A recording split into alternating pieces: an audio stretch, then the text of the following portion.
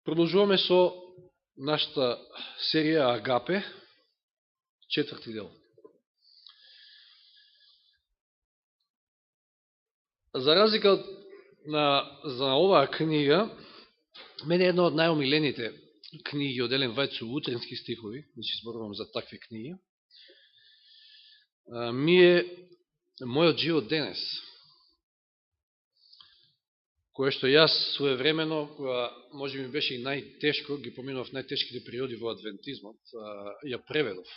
Од ден за ден си ја преведов книгата, значи ја имам преведено, така да ако некојаш може изразби желба или се дојде до такви идеја, може слободно да отпечатаме, само една лектура треба се направи и готова е. Еве како започнува Мојот живот денес на првата страница, значи ова е коментар на стихот од 1. јануари. Мислам дека беше стихот негде во пословици, меѓутоа не ме толку битен стихот, колку што е битен овој текст кој што се поклопува со темата која што ја имаме за вечерва. Сум го читал овој текст, ке се сетиде. Уште една нова година ги отвара своите чисти и неиспишани страници пред тебе. Ангелот записничар стои спремен да запишува. Од патот по кој што ќе тргнеш во иднината и од твоите секојдневни постапки зависи што ќе биде запишано. Се се запишува. И кога сме овде, и кога сме на работа, и кога сме сами дома или било каде, се се запишува. Има еден ангел записничар кој што запишува се. И вели, воглавно од тебе зависи дали годината во која што туку влеговме ќе биде за тебе срекна нова година. Од кого зависи дали годината ќе не биде срекна, еве. И поединечно и како на црква. Па од нас самите. До тебе е да ја направиш на вистина срекна и за себе, и за оние кои што те обкружуваат. И сега оној дел кој што мене ми е битен. Нека трпението, зборувавме за трпението, долгото поднесување, конкретно баш зборувавме за долго трпението или долгото поднесување, добрината, за која што ќе зборуваме вечерва, и љубовта станат составен дел на твоето битие. Значи, трпението, долгото поднесување, добрината и љубовта станат составен дел на твоето битие. Тогаш се што правиш, значи ако е тоа случај, ако тоа стане дел од твоето битие, тогаш се што правиш и на она на кое што денес му се посветуваш ќе биде чисто и убаво, а извештајот за твоето животно искуство ќе биде добар. Јас верувам дека секој од нас сака да неговиот извештај биде добар. Се што правиме да биде чисто и убаво пред Господа. Затоа трпението, долгото поднесување, љубовта, добрината треба да станат составен дел од нашето битие. И сега отвараме во прво послание до Коринќаните, 13 глава, 4 стих. Прво послание до Коринќаните, 13 глава, 4 стих. Ја видовме првата карактеристика и видовме и зошто. Првата карактеристика или атрибут на љубовта е љубовта долго трпи. Втората е, љубовта е милостива, вели во овој превод, во другиот вели дека е полна со добрина. Ќе видиме всушност која е значењето на што всушност означува самиот грчки збор. Нема да го и да го спомнуваме грчкиот збор, меѓутоа која е неговото значење. Не е битен зборот, туку неговото значење. Значи, љубовта е милостива, љубовта е полна со добрина. Според ова изгледа, кога зборуваме за нашите меѓучовечки односи, дека не само што треба некого да го трпиш и тоа добро да го трпиш, туку и треба да бидеш добар кон него, да му возвратиш со добрини, затоа што љубовта е полна со добрина. Што уште на почеток го прави сето ова тешко. Јас кажав што на почетокот, ова може би лесно да се проповеда, меѓутоа тешко да се живее, затоа што ние по природа не сме такви. Нам треба Господ да ни ја всади таа љубов во нашите срца, да стане сето тоа дел од нашето битие, затоа што не е. Ние сме сосема поинакви. Лука 18 глава.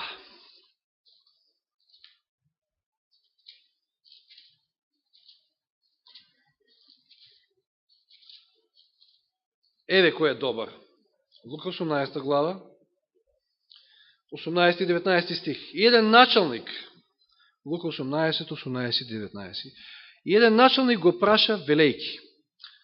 Го прашува Исуса. Учителе добар. Рави. Меѓутоа му се обрека несоодветно, значи на чуден начин, учителе добар. Обично ги викале рави. Учителе добар, што треба да направам за да наследам вечен живот? Исус му одговара, зошто ме нарекуваш добар? Никој не е добар, освен единиот Бог. Исус сватил дека началникот кој што стои пред него гледа на него само како на учител. Не гледа ништо божествено. И Исус сака да го насочи неговиот поглед кон Бога и вели, не ме нарекувај добар, единствен добар е единиот Бог. И тоа навистина така. Знаете, вие за многу луѓе денеска може да кажете и добар е. Ој човек е навистина добар. Но дали во суштина е добар? Од неодамна беше, и тоа не е единствен случај, се почестите тие случаеви. Имаше во некој село македонско, не знам каде точно, некој случај на педофилија. Значи беше постар човек во години, дали сило машко или женско, не е ни толку битно, дете. И знаете ли какви беа коментарите на луѓето, неговите соседи? Знаете, тоа е село, тоа е мало место, сите се знаат. Ши ние го знаеме него за добар човек? Значи бил познат како добар човек, ете, може би помагал, може би бил наистина добар, како добар, онака, меѓутоа, еве што направил добриот. Нема добар човек. Што вели? Павле е, може би, најпрецизен во Римјаните 3 глава. Што вели Павле? Од 10 до 12 стих. 3 глава Римјаните 10 до 12. Како што е напишано, нема никој праведен, нема ниту еден. Нема разумен, нема кој да го бара Бога. Сите застранија, сите заедно станаа неполезни. Нема кој да прави добро, нема ниту еден.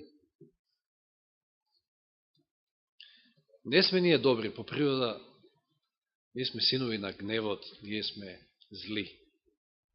И на сите нам татко ни е ѓаволот, по раѓање. Значи, таа добрина, за која што зборуваме, а ќе видиме подоцна за што всушност станува збор овде, само ја има Бог, тој е вистински добар, тој е полн со добрина и треба да ја бареме од Него да ја всади во нас.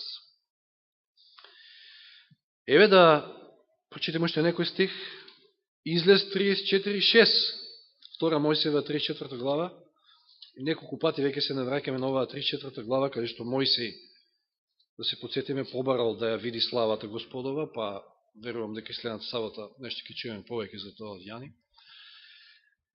Но и Господ поминал пред него и вели, значи 34 глава 6 стих реков, Господ помина пред него и па се јави Јахве, Господ Бог, дарежлив и милостив, долго трпелив на гнев, за ова веќе изборувавме, тоа беше првата карактеристика, многу милостив и вистински. И сега овде и во двата македонски превода, како што видов, стои многу милостив. Меѓутоа треба да стои полн со добрина, изобилува со добрина, меѓу место многу милостив. Зашто веќе милостив е спомнато. Меѓутоа и не е ни грешка ни тоа, затоа што ако забележавте во Коринќаните 13 глава 4 стих, во едниот превод во Константино стоеше дека љубовта е милостива, во другиот е полна со добрина.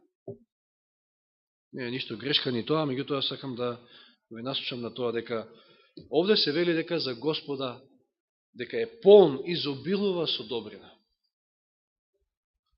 Ајде да прочитаме нешто од псалмите. 31 псалм, 19 стих. 31-19.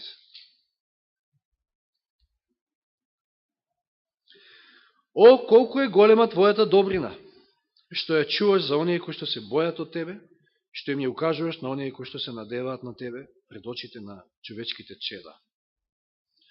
Јас верувам дека сите ние можеме да посведочиме колку е голема Божјата добрина, и затоа има еден многу убав стих во 34-тиот псалм, 8-миот стих, кој што повикува Вкусете и видите колку е добар Господ. Ние сите вкусивме, ние сите видовме, ние сите сме осведочени. Жалосно е што луѓето наоколу ова го немаат вкусено и го немаат видено. Ние сме тие кои што треба да ги повикаме на вакво нешто. Вистина Господ е добар и тоа е полн со добрина. Не само што не трпи, и тоа долго не трпи, туку е полн со добрина, изобилува со добрина. Ако не беше таа негова добрина, немаше спасение за нас. Ке видиме малко и подосно од следните стихови. И сега да отидеме во Новиот Завет, во Римјаните 2 глава. Читавме претходно нешто во 3 глава, но во овој стих, во 4 стих, во 2 глава Римјаните, зборот добрина, Божјата добрина е сличен на оној збор кој што се користи во 1 Коринќаните 13.4, значи грчки збор. Односно, и двата тие збора имаат исти корен. Така да, тука сме. Нема многу разлика. Еве да го прочитаме. 2 глава, 4 стих Римјаните. Или ги презираш богатството на неговата благост, кротоста и долготрпеливоста, а не знаеш дека Божјата добрина те води кон покаяние. И навистина, ако Бог не беше добар со нас, дали ќе се најдевме воопшто тука? Дали ќе трпеше и ќе чекаше да дојдеме до покаяние? Пазите, ова како карактеристика, како атрибут треба и ние да го имаме. Нашата добрина и те како може да делува, да стопи нечие срце за да дојде до покаяние и до спасение. Ова се карактеристики на љубовта, ова се карактеристики Божи кои што ние треба да ги поседуваме. И сега, кој е всушност вистинското значење на оној збор и овој што го прочитавме во Римјаните 2.4, но конкретно зборуваме за 1 Коринќаните 13.4. Значи, љубовта е милостива или љубовта е полна со добрина. Се користи грчки збор кој што всушност означува корисен. Да бидеш од корист за некого. Да бидеш на нечија корист. Или, со други зборови, да го понесеш бремето на другиот. Тоа е добрината. Значи, со други зборови, кога потребите на другите ти се побитни од твоите лични потреби.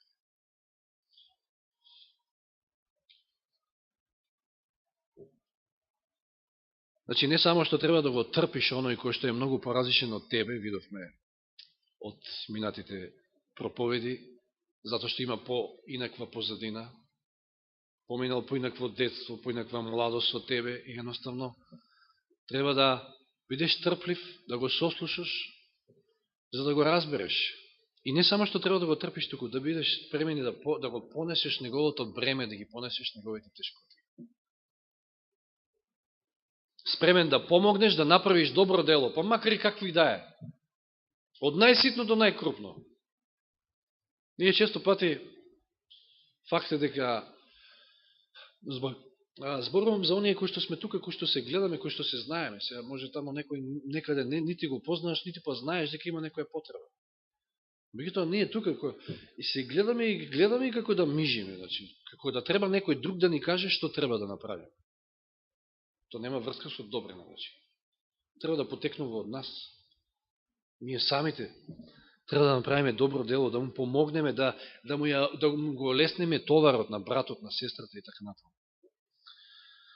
Спремен, со други зборови, накратко да им служиш на другите. И сега да отвориме во Матеј 11 глава. Може би наслутувате кои стихови ги чита во Матеј 11 глава. Тоа се последните стихови од Матеј 11 глава. Познати стихови. Да, од 28 до 30. Дојдете при мене, вели Господ Исус, сите кои што се трудите и сте обременети, и јас ќе ви дадам одмор. Земете го мојот јарем на себе и научете се од мене, зашто јас сум кроток и понизен по срце, и ќе најдете одмор на своите души. И сега внимавате, 30 стих се користи еден збор, кој што го има истиот корен, како и овие во Римјаните 2.4 и 1 Коринќаните 13.4. корисен. Еве го зборов. Зошто мојот јарем е пријатен, вели овој превод. Благ или, мислам дека стоеше во другиот превод, лесен. Зашто мојот јарем е пријатен, или благ, или лесен, и моето бреме е лесно. Знаеме, сме зборувале, да не опишуваме сега што значи, како личи јаремот. Зборувавме еднаш дори скоро на тема како треба да го земеме тој Христов јарем на себе, како што и тој не повикува овде. И зашто неговиот јарем е лесен? Зашто е пријатен дори, вели овде преводот? Зашто Христос е тој кој што влече, Христос е тој кој што носи, Христос е тој кој што те насочува. Со него е лесно и пријатно. Еве ја неговата добрина, еве ја таа негова карактеристика, полн со добрина, спремен да ја понесе тежината и бремето на секој од нас. На крајот на крстот знаеме што се понел на крстот за нас. Сите наши гревови, сите наши болести. И се, буквално, целиот товар го зел на себе.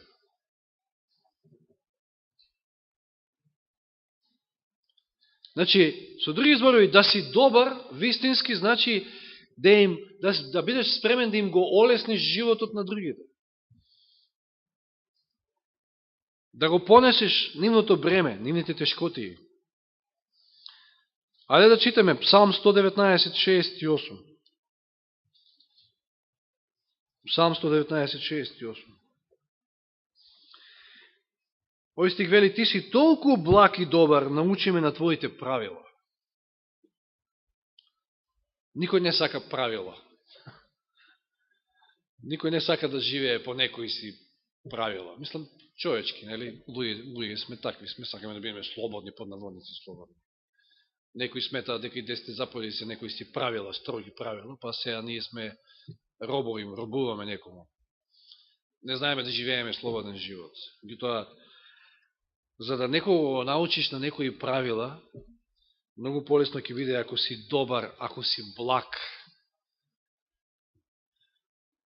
кон него во тој процес на учење, која покажеш сета своја добрина кон него. Ако ти стало до него, ако си спремен да ја понесеш неговата тежина, да му се најдеш во тешкотијата.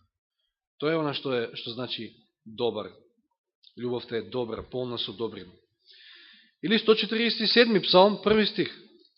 Псалм 147:1. Алилуја, фалете го Господа, зашто е добар. Пејте му на нашиот Бог, зашто е благ. Тој е достоен за секаква пофалба. Господ е достоен за пофалба, зашто? Зато што е благ, зато што е добар. И како што видовме претходно, сите ние многу добро знаеме, сите ние сме вкусиле колку Господ е добар со нас. Додиме во Новиот Завет, во посланието на Тит, до Тит всушност, посланието до Тит, таму пред евреите, во 3 глава, 4 и 5 стих.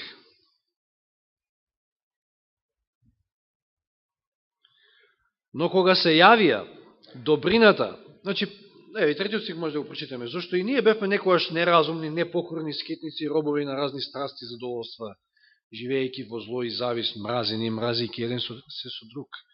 Но, кога се јавија добрината и човеколюбието на Бога, нашиот Спасител, не спаси, не врз основа на праведните дела, што сме ги направили ние, туку по својата милост, преку капањето на новораѓањето и обновувањето на Светиот Дух. Ако Господ не беше добар со нас, нема спасение, немаше тука да бидеме. Псалм 86:5. Или, ајде, да не шетаме многу, Ефесијаните прво ќе го прочитаме. Послание на Ефесијаните, 2 глава, 6 и 7 стих, познати стихови. Ефесијаните 2, 6 и 7. И со него не воскресна, и со него, значи со Христа, не седна во небесните места, во Христа Исуса, та во идните векови да го покаже преголемото богатство на својата благодат, според својата добрина код нас во Христа Исуса. Господ е толку добар, да таа своја добрина ќе ја покажува и како што денеска покажува и понатаму. И сега Псалм 86:5.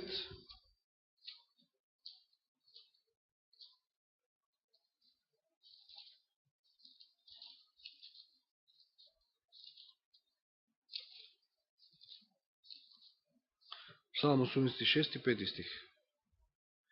Зашто ти си, Господи, добар и проштеваш со задоволство. Полн си со љубов кон сите кои те повикуваат. Неговата добрина не води до покаяние и Господ, повторно со таа негова добрина, со задоволство ни простува. Видите, таа негова добрина всушност не спасува. Тука е милоста, благодата, меѓутоа, затоа што Господ е добар, полн со добрина. Замислите си кога ние би ја имале оваа карактеристика. Кога ние би биле полни со добрина кон луѓето, многу поинако ќе биде.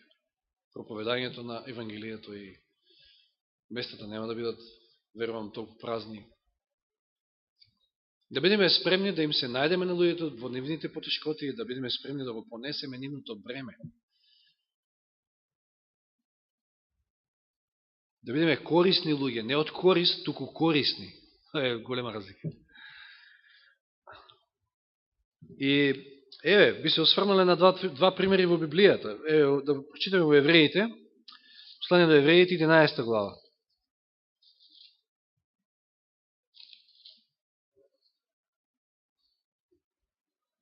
24-25 стих, станува збор за Мојсей.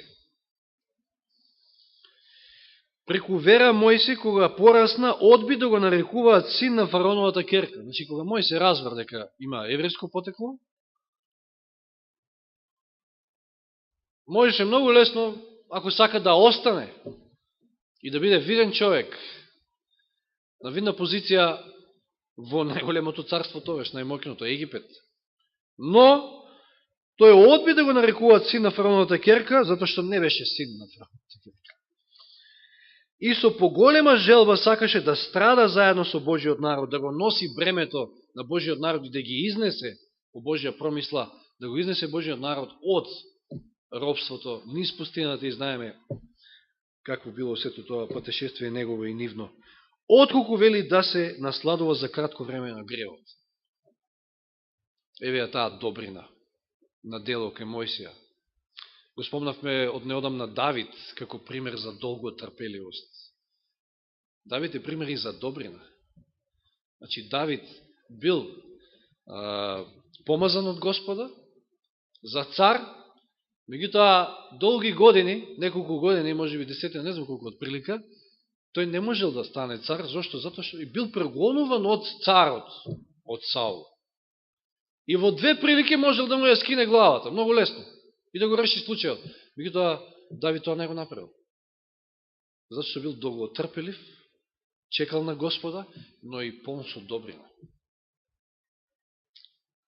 Го поштедил Саул. И да се осврнеме при крајот на Матеј, пак 11 глава. Значи, Господ таму повикува, тоа често пати може да се најде, ако не знам, подсетите ме каков надпис стоел тука во оваа црква. Да не беше тоа истиот на времето. Дојдете кај мене, или? Добро. Значи, јас во многу цркви сум видел, токму Матеј 11:28 стои, значи, дојдете кај мене сите што се натоварени и обременети. Да, може би стоело и тоа порано. Знаете ли која е најголемата добрина што можете да му направите на било кој? Да го доведете кај Господа, да го доведете кај Христа, да се растовари тука кај Христа, да му го предаде цело своje бреме и тешкотија на Христа, и тука ќе најде и радост и се и спасение. Тоа е најголемата добрина. И, значи, не е садте погрешно, меѓутоа, пасторите се знаеме зашто се пастори. Пасторите се тука за да се грижат за стадото. Меѓутоа, знаете, има луѓе кои што, сега нема кој да скока и да ми се противи тука, има луѓе кои што 10, 15, 20 пати ки ти звонат во текот на денот на телефон, како да вие, значи, за било што важно, неважно или што и да е, како да вие сте Бог за нив, значи како да секоја тешкотија било што да им во ред, тука сме да сослушаме, нели? Меѓутоа сепак треба да ги насочиме на Господа, на Христа. Таму е решението за проблемот. Не може пасторот да биде решение на секој и сечи проблем. Пак да не ме свате погрешно. Мислам, не верувам, никој од тука не е од тие, како и да е. Значи, мора да ми даеме до знаење на луѓето дека не сме ние решение на проблемот, туку проблемот го решава Христа, решение на секој проблем е Христос, затоа што тој го решава проблемот на гревот, а сите други се последици само на гревот. И тоа е вистинската добрина, што некојаш може би погрешно ќе бидеме сватени. Најголема добрина што може да му направите на човек е да го однесете кај Христа, да таму се растовари од сите проблеми, сите маки, а Христос е тој кој што носи, тој е изобилува со добрина. Нека Господ ни помогне да имаме и оваа карактеристика во нашиот живот. И да бидеме долготрпеливи, но и да бидеме полни со добрина. Тогаш многу поинакви ќе бидат нашите меѓучовечки односи и се друго ќе биде поинакво. И верувам дека и редовите ќе бидат пополни. Нека Господ ни помогне во тоа и нека му е слава. Амин.